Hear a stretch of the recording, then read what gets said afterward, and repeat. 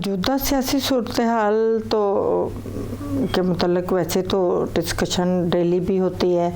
मैं समझती हूँ मुझे भी अपने ख़यालात का इज़हार करना चाहिए आपके सामने और लोगों के सामने, और लोगों को वैसे भी इल्म है, हर बंदा बाशऊर है और समझता है कि हमारा जो सियासी तोड़ जोड़ है और उसका जो रुख है वो किस तरफ जा रहा है।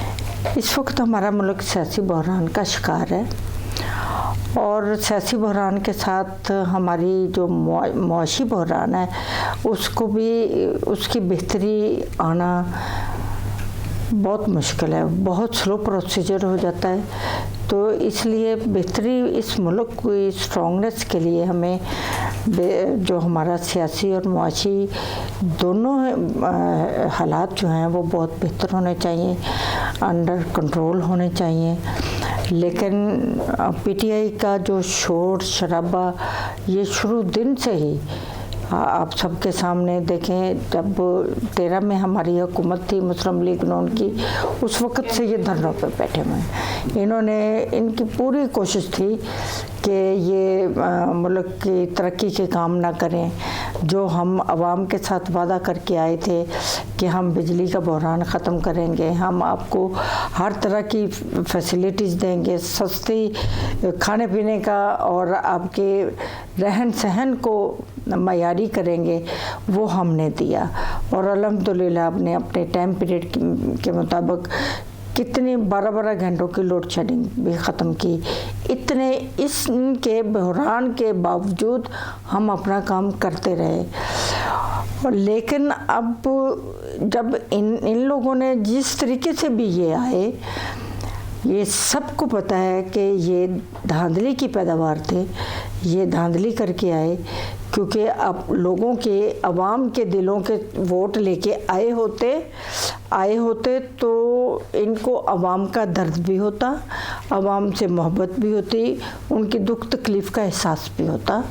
लेकिन ऐसा ना हो सका, क्योंकि इनका कोई भी बंदा ऐसा नहीं था जो अवाम की तकलीफ़ के साथ उठ के उनके वोट के साथ आया होता, इसलिए उनकी तकलीफ़ के साथ ये तड़पते नहीं थे। इन्होंने 4 सालों में मुल्क का बुरा हाल कर दिया और बिल्कुल ही इतना वो कुएं के किनारे पे ले गए कि परेशानी हो गई कि ये हमारे मुल्क के साथ करेंगे क्या। बिल्कुल ही वो हमारी मईशत ख़त्म हो गई, हम आइसोलेट हो गए, हमारी जो बाकी ममालिक के साथ हमारे दोस्ताना था, हमारे लिंक्स थे, हमारी ट्रेडिंग थी, वो बिल्कुल ख़त्म हो गई, जिससे हम और भी पीछे चले गए। और आवाम के लिए बहुत महंगाई, इतनी महंगाई। और फिर आप ये देखें गंदम स्मगल हो रही है, हमारा मुल्क खुद कफ़ील है गंदम में, और गन्ने में खुद कफ़ील है, चीनी स्मगल हो रही है। और फिर जब वो उसका बहरान आ जाता है, वो महंगी हो जाती है, फिर हम उसको अपने मुल्क में उसकी इंपोर्ट करते हैं, पहले एक्सपोर्ट कर देते हैं फिर इंपोर्ट करते हैं। यही वजूहात हैं जो हमारी आवाम को देखने को और बर्दाश्त करने को मिली, और इस वजह से वो महंगाई से महंगाई होती चली गई। और फिर एंड में ये हुआ कि जब हमारा प्रोग्राम ये बना कि मुल्क का बहुत बुरा हाल हो गया है, अब इस हुकूमत को चले जाना चाहिए, हमने आईनी तौर पर इनको कोशिश की कि इनके ख़िलाफ़ अदम एतमाद लेके आएँ, जिसके बारे में इन्होंने फिर उसका हल ये सोचा, इन्होंने IMF के मुआहदे जो थे वो ख़त्म कर दिए। वो उनके मुताबिक जो इनका मुआहदा हुआ था वो तोड़ा, और लोगों को पेट्रोल सस्ता कर दिया, और सब्सिडी जो थी, जो ख़जाने में चंद पैसे बचे हुए थे, वो सब्सिडी देने में लगा दिए। इतने में जो प्रोसेस था अदम एतमाद का वो कंप्लीट हुआ और ख़जाना बिल्कुल खाली हो गया। तो उसके लिए फिर IMF के पास हमें जाना था, और उसको जिस तरीके से हमने दोबारा कैरी ऑन किया उसी पहले मुआहदों पे, वो हम लोगों को पता है कि कितने मुश्किल हालात में हमने उनके साथ नेगोशिएशन की और उन्हें फिर दोबारा हम अपने मुआहदों पे लेके आए। वो फिर हम मजबूर थे कि उनकी मर्ज़ी के मुताबिक मुआहदे होने थे। उसके बाद देखिए जी, दबाव किस पे आया? आवाम पे। महंगाई और हो गई, आवाम और परेशान हो गए। लेकिन उसमें ये हुआ कि भाई हम लोगों ने पहले आने से पहले ये हमें पता था ये बोझ हम मुस्लिम लीग नून पे आएगा, पीपल पार्टी पे आएगा, जितनी जमातें हैं ज़्यादा तो मुस्लिम लीग नून पे आना था। तो वो सिर्फ इसलिए कि इस क्राइसिस में जो गवर्नमेंट को लेना मुस्लिम लीग नून की, मैं नहीं समझती कि ये गलती थी। हम लोगों ने यही सोचा कि अगर मुल्क ख़राब कहीं खाई में गिर जाता है या डिफ़ॉल्ट हो जाता है, अगर मुल्क ना बचा तो हमारी सियासत का क्या फ़ायदा। हमने सियासत को कुर्बान किया और मुल्क को बचाने के लिए हम मैदान में उतरे और अल्हम्दुलिल्लाह अब हम इस स्टेज पे आ गए हैं कि अब हमारे मुल्क को कोई भी को कहता रहे कि ये डिफ़ॉल्ट की तरफ जा रहा है। और जिस अभी भी इन्होंने शोर मचाया हुआ है जी, 70% डिफ़ॉल्ट है, 80% डिफ़ॉल्ट में जा चुका है, ये सब झूठ है। और हमारी आप स्पीचेस सुनते हैं, हमारे मिनिस्टर साहब की, जो माशियात के मिनिस्टर हैं हमारे, और वो हर चीज़ आपको डिटेल बता रहे हैं। अब हम ख़तरे से बाहर हैं और अल्लाह का शुक्र है अब आस्ता आस्ता जैसे हम स्ट्रॉन्ग होते चले जाएंगे तो उसके रिज़ल्ट आवाम देखेगी। फिर हाँ, ये इसका रिफ्लेक्शन क्या होगा, आवाम को हर चीज़ की सहूलत मुयसर होगी, उनके खाने पीने की अशिया में सस्तापन होगा, मेडिसिन उन्हें इजीली अवेलेबल होगी। जो हमारा 2013 से लेके 18 तक का जो हेल्थ का प्रोग्राम था उसको हम इंशाल्लाह उसी तरीके से चलाएंगे। अभी तो मजबूरियां हैं कि भी हम वो उसी जैसे चल रहा था वैसे ही चल रहा है, हेल्थ कार्ड पे जो चल रहा है वो वही वैसे ही चल रहा है। लेकिन उसका रिज़ल्ट ये निकला कि सरकारी जो हॉस्पिटल थे वो बिल्कुल बंद हो गए, वहाँ पे जो टेस्ट थे वो बिल्कुल पेमेंट पे आ गए, हर चीज़ का, हर सिस्टम का बुरा हाल हो चुका है। वो इंशाल्लाह हम उम्मीद है कि जैसे पहले था वैसे हम कर लेंगे, लेकिन कुछ थोड़ा सा इंतज़ार की ज़रूरत पड़ेगी। तो ये जो चेंज आएगी वो परमानेंट आएगी और मैं अल्लाह ताला से दुआगो भी हूँ कि हम बेहतरी की तरफ जाएं। ये एहतसाब का नारा लगा के आए थे, लोगों को बेवकूफ़ बनाने के लिए आए थे कि हम जब आएंगे तो इतने करोड़ घर बनाएंगे, इतने करोड़ नौकरियां मिलेंगी, तो एक भी चीज़ उनकी पूरी ना हो सकी। एहतसाब में भी वो बेचारे पूरे ना उतर सके। उन्होंने तो सिर्फ अपोजिशन का एहतसाब करना था, हर बंदे को उन्होंने गलत केसेस बना के अंदर दिया और अपने इर्द गिर्द जो गलत लोग खड़े थे वो बिल्कुल पाकदामन ही खड़े रहे। तो ये इस तरीके से जो हमारे जहन में डुअल पॉलिसीज़ होती है ना, उस तरीके से हमारे निज़ाम और हमारे सिस्टम नहीं चला करते। उसमें जब आप अपनी सोच में दो तरह की, एक ही सोच पे दो तरह की पॉलिसीज़ रखेंगे, आप हमेशा नाकाम होंगे। और फिर सबसे बड़ी इनकी नाकामी की वजह ये थी कि इन्होंने अपने अपोजिशन के साथ बना के ना रखी, अपने अलायंस के साथ बना के ना रखी।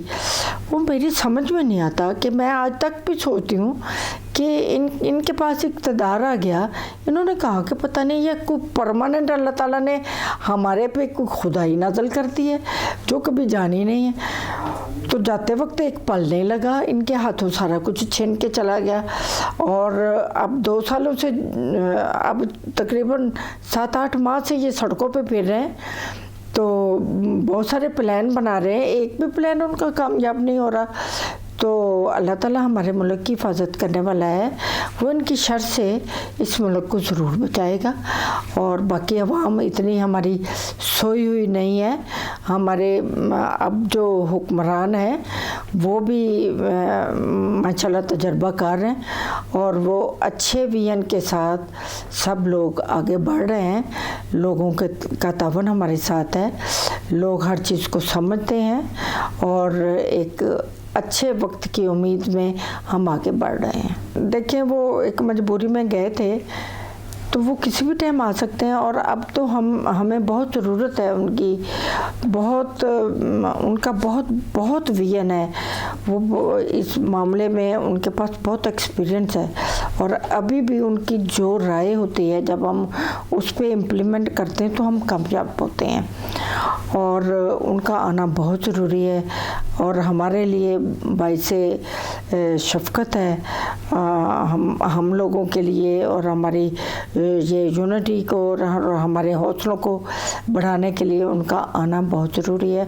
वो इंशाल्लाह अनकरीब हो सकता है कि भी दिसंबर के महीने तक के एंड तक आने का उनका प्रोग्राम है और दुआ गो हूँ कि वो बखैरियत अपने घर वापस आएँ और मामलात संभालें। खान साहब अगर असम्बलियाँ तोड़ते हैं ना तो ये किसी भी पार्टी का फ़ायदा नहीं है, ये मुल्क का नुकसान है। देखिए जी, मैंने पहले ही कहा कि जब सियासी बहरान होगा तो हमारा मौशी बहरान जो है वो हम उसको कंट्रोल करते तो रहेंगे लेकिन प्रोसेस बहुत स्लो हो जाता है। तो क्या हमें इस स्टेज पे अपने मौशी बहरान को स्लो करना है? नहीं, हम तो चाहेंगे हमारा सियासी बहरान भी ख़त्म हो और हमारा मौशी जो मजबूती है हम उसकी तरफ जाएं। इसका खान साहब को नुकसान ही नुकसान है। अब खान साहब अगर ये सोचते हैं कि मैं असम्बलियाँ तोड़ूंगा, इनके पास तो अब 2 सूबे हैं, बाकी देखे जी, बाकी भी तो बलूचिस्तान है, सिंध है, वो असम्बलियाँ तो वो तो नहीं तोड़ने वाले, वफाक की असम्बली भी नहीं टूटेगी। सिर्फ पंजाब और KPK की असम्बली वो तोड़ना चाह रहे हैं, वहाँ पे इलेक्शन हो जाएंगे और वो समझते हैं कि 100% वो श्योर हैं कि वो बहुत सारी कामयाबी ले जाएंगे। देखिए जी, आज एक चीज़ आपके अगर हाथ में है, आप आने वाली कल में उसका तसव्वुर भी ना करें कि वो आपके हाथ में रहेगी। आज तो वो आपके हाथ में है और कल आप कैसे सोच सकते हैं कि मैं इसको आज छोड़ दूँ और कल फिर आ जाएगी? नहीं, वो उनकी भूल है। उन्हें ज़रूरी नहीं है उन्हें कल फिर गवर्नमेंट ये मिल जाए। तो ये सरासर इनका अपना ही लॉस है, ये गलत सोचते हैं। तो अगर ये असम्बलियाँ तोड़ बैठे तो उनको ये हुकूमत पे नहीं मिलनी, ये दोनों सूबे इनके हाथों से चले जाएंगे। एक शख्स जाने वाला चला गया। देखिए जी, ये हमारा एक मुल्क का दफाई अदारा है, इसकी रिस्पेक्ट करना हमारा फ़र्ज़ है। इसके बगैर हमारा मुल्क बगैर छत के ही समझ लें। ये अदारे हमारे मुल्क की हिफाजत के अदारे हैं। मेरा नहीं ख्याल कि जितनी इन खान साहब ने इनकी बेहुरमती की है, इनको गाली गलौज इनके साथ की है, इनकी जो मीडिया टीम ने जो इतना वो बोला है, बल्कि मैं सख्त लफ्ज़ नहीं कहना चाह रही, बोला नहीं है, बका है, बहुत कुछ बका है। इतनी गलीज़ बातें भी बोली हैं, वो जेब नहीं देती। अब वो चले गए, जाने वाले को तो मेरा ख्याल है कि कुछ भी नहीं कहना चाहिए। वो जैसे भी शख्सियत थे, वो मुल्क के लिए हर वक्त वो कोशिश करते रहे। मुल्क अगर खान साहब को भी वो लेके आए हैं तो उनके जहन में था कि भी ये कोई अच्छा डिलीवर करेंगे, लेकिन उन्हें उनकी सोच के बरक्स ये 1% भी डिलीवर नहीं मुल्क को कर सके, लेकिन बहुत पीछे ले गए। जो तरक्की भी करने वाला था वो मायूस थे इनसे। और जब मायूस होकर उन्होंने हाथ पीछे खींचा तो ये उनके दुश्मन हो गए। लेकिन देखिए जी, हमारे मुल्क से कितनी दहशतगर्दी थी, उसके लिए मियां नवाज शरीफ के साथ मिलके इन्होंने तावन के साथ वो बड़ी इनका कारनामा है, तारीख का हिस्सा है। इन्होंने वो हमारी दहशतगर्दी ख़त्म की।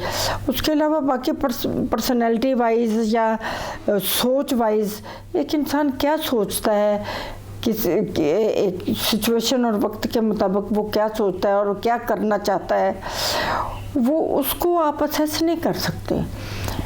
तो बहरहाल वो अब चले गए, जाने के बाद मेरा नहीं ख्याल कि उनके लिए कोई राय नहीं करनी चाहिए।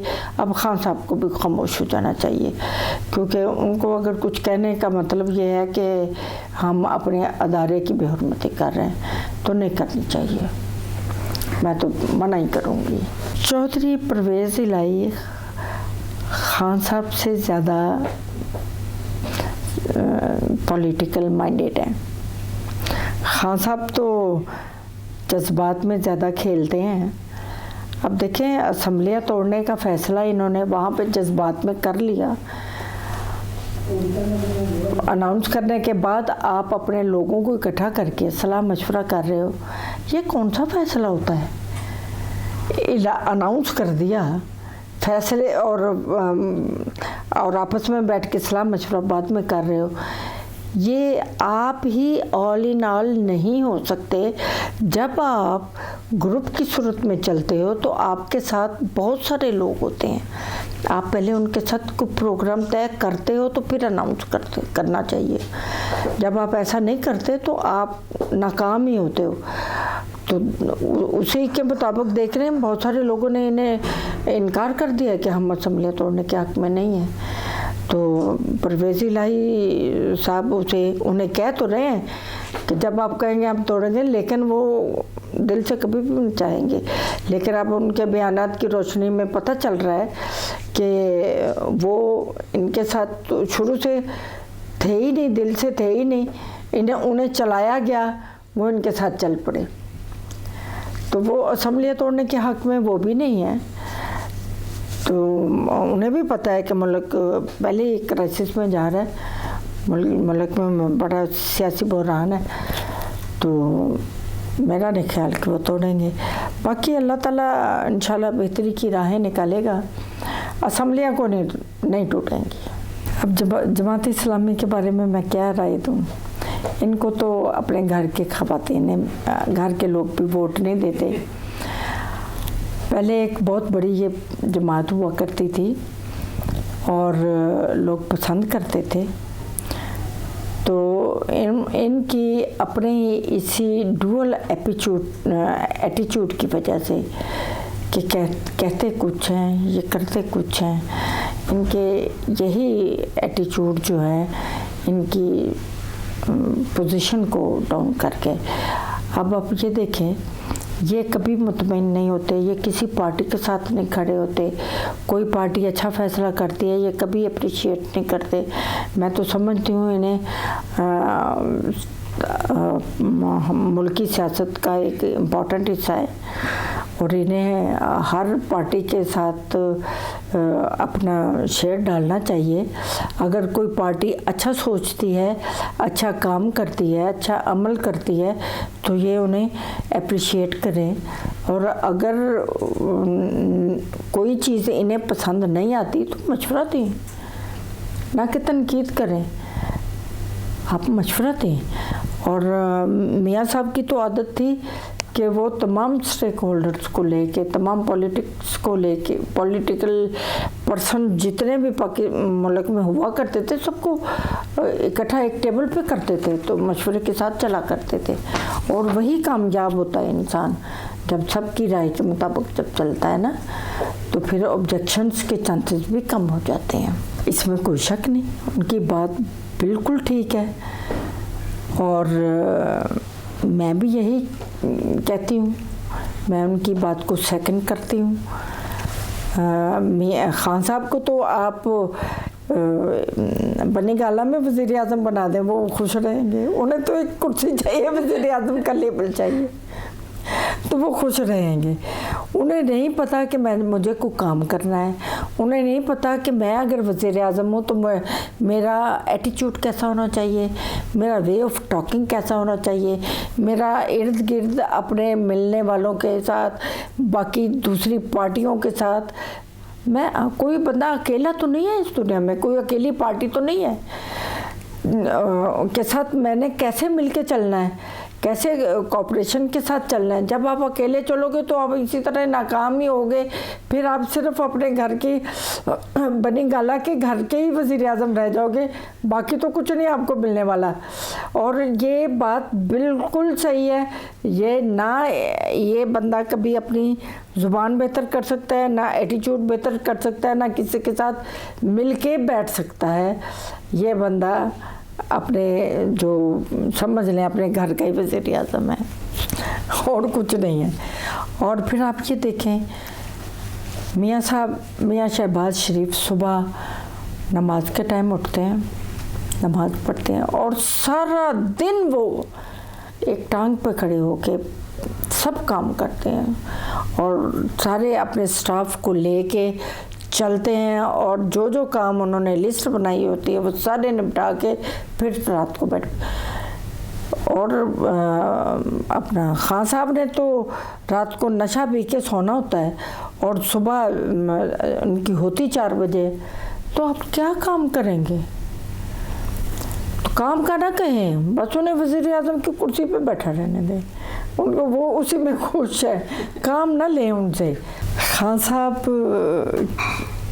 की इस चोरी की मैं क्या बात करूं, वेल स्टैंडर्ड चोरी है, बड़ी आला पाए की चोरी थी।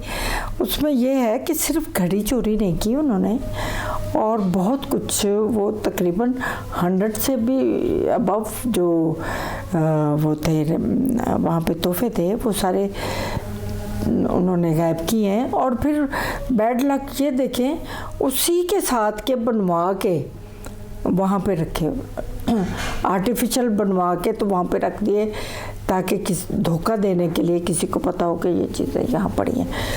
उसमें ये है कि आप कम से कम रूल्स रेगुलेशन के मुताबिक चल लें, आप उसकी प्रॉपर कीमत जैसे है वो पे कर दें। आपने पहले चीज़ बेची, वहाँ से जो प्रॉफिट डबल लिया वो उसके कुछ हिस्सा आपने वहाँ पे जमा करा दिया। और फिर आप ये देखें, सर्टिफाइड, ये तो प्रूफ हो चुका है, हमारी अदालतों ने प्रूफ कर दिया और इलेक्शन कमीशन ने प्रूफ कर दिया और इनको नाअहल भी कर दिया कुछ टाइम के लिए। और ये लोगों को चोर कहने वाले खुद सर्टिफाइड चोर बन गए और फिर इतनी थर्ड क्लास किस्म की चोरियां इन्होंने की हैं। अभी तो बड़ी बड़ी चोरियां भी की हैं, वो जो सामने आएंगी, ये कोई 50 अरब डॉलर का भी कोई स्कैंडल आ रहा है।